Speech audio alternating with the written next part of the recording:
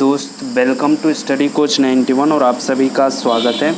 दोस्तों आज electronic system की नई सब्जेक्ट को स्टार्ट कर रहे हैं जिसका नाम है माइक्रोवेव एंड रडार इंजीनियरिंग। उसमें का चैप्टर फर्स्ट यानी कि यूनिट फर्स्ट का ये फर्स्ट लेक्चर है, जिसमें आज हम लोग देखेंगे इंट्रोडक्शन टू माइक्रोवेव्स और इसके एप्लीकेशंस के बारे में और इसका क्लासिफिकेशन।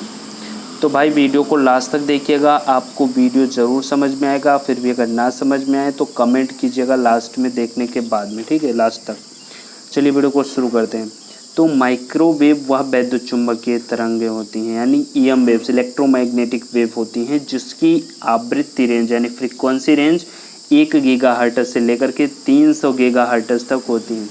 दोस्तों फ्रीक्वेंसी रेंज में बहुत कन्फ्यूजिंग है। इस फ्रीक्वेंसी रेंज में कुछ बुक्स में 1 गीगाहर्ट्ज़ से लेकर के 30 गीगाहर्ट्ज़ तक दी गई हैं और कुछ में 1 गीगाहर्ट्ज़ से लेकर के 300 गीगाहर्ट्ज़ तक दी गई हैं। तो दोस्तों 1 गीगाहर्ट्ज़ से लेकर के 300 गीगाहर्ट्ज़ तक सही माना जा सकता है, ठीक है, क्योंकि जो इसकी क्लासिफिकेशंस है वो 300 गीगाहर्ट्ज़ तक दी गई है।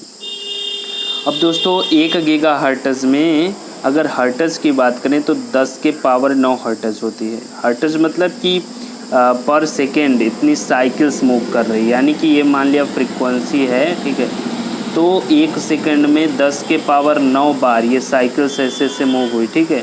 1 सेकेंड में 10 के पावर 9 बार, इसी को 10 के पावर 9 हर्ट्ज़ बोलते हैं, ठीक है। अब इसकी अगर वेवलेंथ की बात करें तो 30 सेंटीमीटर से लेकर के 1 मिलीमीटर होती है इसकी वेवलेंथ। वेवलेंथ को कैसे निकाला जा सकता है? वेवलेंथ को निकाला जा सकता है लैम्डा इक्वल टू C/F से। एक फार्मूला है जिसमें C की वैल्यू क्या होती है 3 गुणे 10 के पावर 8, जिसको हम स्पीड ऑफ लाइट बोलते हैं यानी प्रकाश की चाल, ठीक है। उसके बाद में ये लैम्डा जो है वो आपका है वेवलेंथ और ये F जो है वो फ्रीक्वेंसी है। तो फ्रीक्वेंसी आपको पता है, या फिर अगर आपको फ्रीक्वेंसी नहीं पता हो तो आप लैम्डा जो है अगर आपको पता हो तो आप फ्रीक्वेंसी निकाल सकते हो। तो फिलहाल चलिए हम लोग निकालते हैं एक बार इसकी वेवलेंथ को। तो यहाँ पर हम 1 गीगाहर्ट्ज़ की वेवलेंथ को निकालते हैं। 1 गीगाहर्ट्ज़ को अभी हमने आपको बताया 10 के पावर 9 हर्ट्ज़ होते हैं, तो 10 के पावर 9 हर्ट्ज़ होते हैं, यानी कि वो क्या होती है प्रकाश की चाल 3 गुणे 10 के पावर 8 होती है।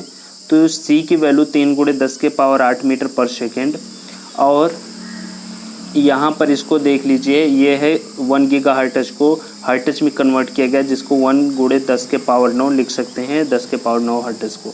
तो इसको जब हम कैलकुलेट करेंगे तो आएगा 3 गुणे 10 के पावर -1 मीटर। फिर जब हम इसको ये 10 के पावर -1 को हटाएंगे 0.3 मीटर आएगा। 0.3 को हम सेंटीमीटर में कन्वर्ट करेंगे तो यहाँ पर हमें प्राप्त होगा 30 सेंटीमीटर, ठीक है। यानी 1 गीगाहर्ट्ज़ को 30 सेंटीमीटर इसकी वेवलेंथ आ रही है। तो इसी प्रकार से 300 गीगाहर्ट्ज़ का जो वेवलेंथ आएगा वो 1 मिलीमीटर है, यानी 1 mm आएगा, ठीक है दोस्त। तो ये होती है अपनी माइक्रोवेव। मोस्टली इम्पॉर्टेंट इसमें क्या होती है कि जो इसकी आवृत्ति रेंज होती है यही आपको याद रखनी है। इसकी आवृत्ति रेंज कितनी होती है 1 गीगाहर्ट्ज़ से लेकर के 300 गीगाहर्ट्ज़ तक, ठीक है दोस्त। तो चलिए चलते हैं अब इसके हम लोग एप्लीकेशन की तरफ। चुका हूँ एप्लीकेशंस के ऊपर। एप्लीकेशंस बताने से पहले मैं आपको ये बता दूं कि जो माइक्रोवेव्स हैं वो फ्रीक्वेंसी रेंज के हिसाब से अलग अलग बैंड्स में विभाजित हैं, ठीक है, और अलग अलग बैंड्स की जो है अलग अलग एप्लीकेशंस होती हैं, ठीक है। तो कुल मिला के हम पूरी एप्लीकेशंस को एक साथ में ही इसमें देख रहे हैं। तो जो माइक्रोवेव्स की एप्लीकेशंस होती है, सबसे पहले नंबर पे जो है वो माइक्रोवेव ओवेंस, ठीक है। माइक्रोवेव ओवेंस को कई लोग देखे होंगे, कई लोग नहीं देखे होंगे, ठीक है। ये क्या करता है, ये खाना पकाने का काम करता है माइक्रोवेव से, ठीक है। उसके बाद में सेकेंड अगर यूज़ देखें इसकी तो वो है पॉइंट टू पॉइंट कम्युनिकेशन में इसका यूज किया जाता है माइक्रोवेव्स का। किसी एक पॉइंट से अदर पॉइंट को कनेक्ट करने में जो है माइक्रोवेव का यूज किया जाता है। उसके बाद में थर्ड वायरलेस नेटवर्क में इसका यूज किया जाता है, ठीक है। 4th नंबर पे आपका है रिमोट सेंसिंग में इसका यूज किया जाता है, रिमोट के सेंस करने में। उसके बाद में 5वें नंबर पर है माइक्रोवेव रेडियो रिले नेटवर्क्स में इसका यूज किया जाता है। उसके बाद में कैंसर ट्रीटमेंट में इसका यूज किया जाता है, कैंसर का इलाज करने में माइक्रोवेव्स का। उसके बाद में इंडस्ट्रियल हीटिंग में इसका उपयोग किया जाता है, इंडस्ट्रियल के हीटिंग में, ठीक है। तो इन सभी में जो है उपयोग किया जाता है माइक्रोवेव्स का। ये सभी थे एप्लीकेशंस माइक्रोवेव्स की। तो अब चलते हैं हम लोग क्लासिफिकेशंस की तरफ। क्लासिफिकेशंस क्या, किस बैंड का कितनी फ्रीक्वेंसी रेंज का है, ठीक है। चलिए चलते हैं क्लासिफिकेशंस। तो यहाँ पर आ चुका हूँ अपने क्लासिफिकेशंस के ऊपर माइक्रो बैंड के। तो मैंने आपको पहले ही बताया कि जो माइक्रोवेव है वो अलग अलग फ्रीक्वेंसी रेंज के आधार पे अलग अलग क्लासिफिकेशन किए गए हैं, ठीक है। तो चलिए देखते हैं। सबसे पहले यहाँ पर आप देख सकते हैं HF, VHF, UHF। HF का मतलब है हाई फ्रीक्वेंसी, ठीक है, हाई फ्रीक्वेंसी। VHF का मतलब है वेरी हाई फ्रीक्वेंसी।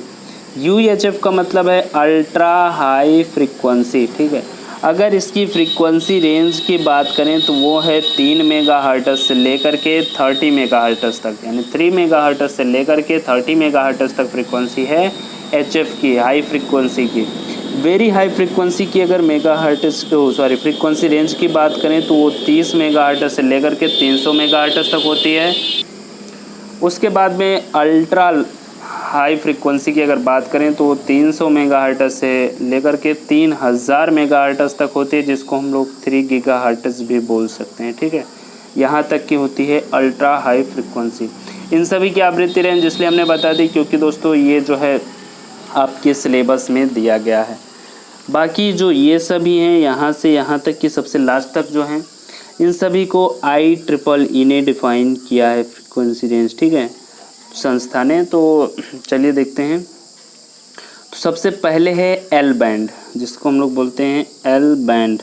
इसकी फ्रीक्वेंसी रेंज की अगर बात करें तो 1 से 2 गीगाहर्ट्ज़ तक होती है L बैंड की। ये सभी माइक्रोवेव फ्रीक्वेंसी के अंतर्गत आते हैं, ठीक है।